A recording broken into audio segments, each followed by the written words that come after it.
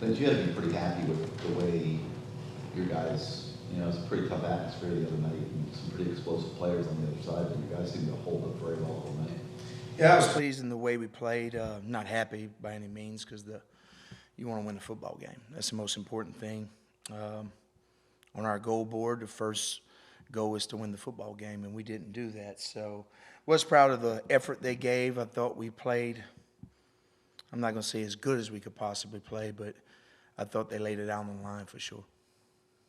You've had a lot of guys get dinged up and come back. And I know that's just part of the game, or any rivalry game. But for the buy-in to still be that high in week 10, what's that kind of say about the collective up in group 10? Decision. Yeah, the guys like to play, and I think they love each other. And I think there's a standard that's being created here that doesn't matter what the score is, doesn't matter who we're playing, we're going to play a certain way in a certain style.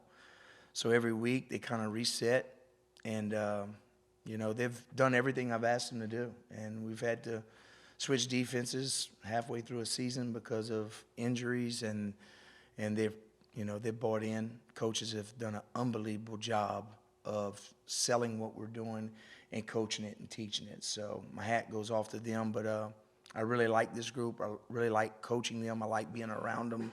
So it's been a good year for us, but we still got a couple games left. It's not every day the team gets asked to play top 10 back-to-back weeks. How do you reload, especially when so much goes into the first one? How do you get ready for it? We really don't look at rankings of what they are, because rankings are just rankings, and it's over it's a football team that they're ranking. So we always look at them and what's, how good is their offensive line? What's their quarterback like? What receivers do they have? What's the intangibles? What do we need to do to slow them down? And sometimes a better team doesn't create as much of a problem for us on defense, but because the other side of the ball might be really good. So we just look at it for what it is, and we're playing against a good football team this week, and Coach Brom is a really good play caller. So they're good at what they do, and, it's just another challenge. We've been up against a bunch of challenges this year, some really good coordinators, some good quarterbacks, backs, and receivers, so it's just another one that we got to face. What does Jeff Brom do? You mentioned him. It makes him such an effective play caller and offensive coach because they've kind of flipped things around there pretty quickly. When he was at Western Kentucky, he was really good when he came in, He stayed back when Petrino left and went to Louisville, and he became the head coach at WKU, and then he went to Purdue, and he flipped that thing around real quick. So he's a former quarterback, and his brother's the OC, and they both played at Louisville, and they're very good football coaches. And I think they do a good job of knowing what they have and then fitting our offense around that. And they have NFL experience, as players, and they've been in the college game as well. So they kind of mix and match different things from both, from a professional point of view and a college perspective. So they're good. They're going to look at us, and nothing's going to surprise them. So we got to play well. We got to be sound. And the playmakers they've got Jawar Jordan at running back and Jamari Thrash at receiver. What have you seen from them on film? Well, this will be my second year in a row against Thrasher. Thrasher was at Georgia State, and he had a good game against us. He's hard to cover. He's quick, very good player, and then the running back's really fast. So, yeah, we've got a tall task, and the quarterback gets the ball out on time, and their offensive line is solid. So, yeah, it's gonna be tough for us. Your young corners stepped up pretty well. They did. Considering they hadn't really played a ton Yeah. during the course of the season. Talk a little bit about that. Well, they really fit the game probably better because they were longer. We needed longer guys.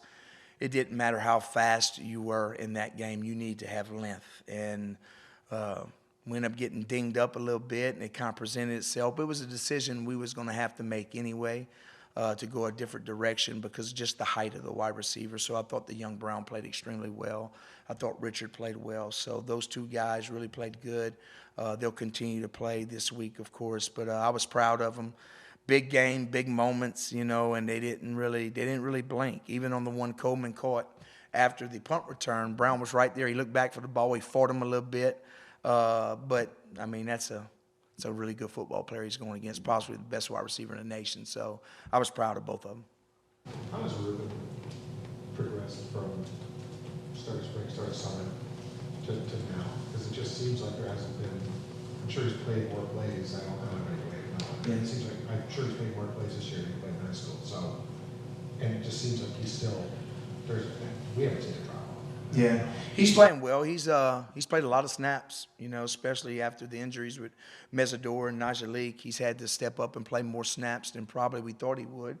And his body's starting to get a little achy a little bit, because it's a more physical game than high school. He's not always the strongest guy out on the field. So, but yeah, he's playing well. He continues to get better, and we're asking him to do more things. He's having to sacrifice a little bit right now. We can't always keep him on the edge like we want, so because of the body types we need inside. So we'll mix him up outside and inside a little bit, but he's done extremely well. I'm proud of him.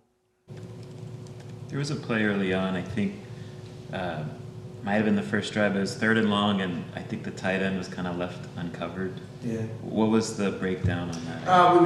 We didn't get the right personnel on the field. I had a plan all week to where on 3rd and long, I was going to get basically our nickel package. We call it Buffalo, with 3 linebackers, 3 down linemen, 5 DBs. And we were in base, which was 4 down, 3 backers, and 4 DBs, and we couldn't get the nickel on the field. So the guy was kind of left uncovered with the call, and so that was really on us, really on me. I didn't get the right personnel in, and that was probably what you're talking about, tied into their sideline. So that was all on me right there. We just didn't get the package on the field that we needed. It didn't match up with the call. Anything else for Coach Guidry? Thank you. I appreciate it. Thank you.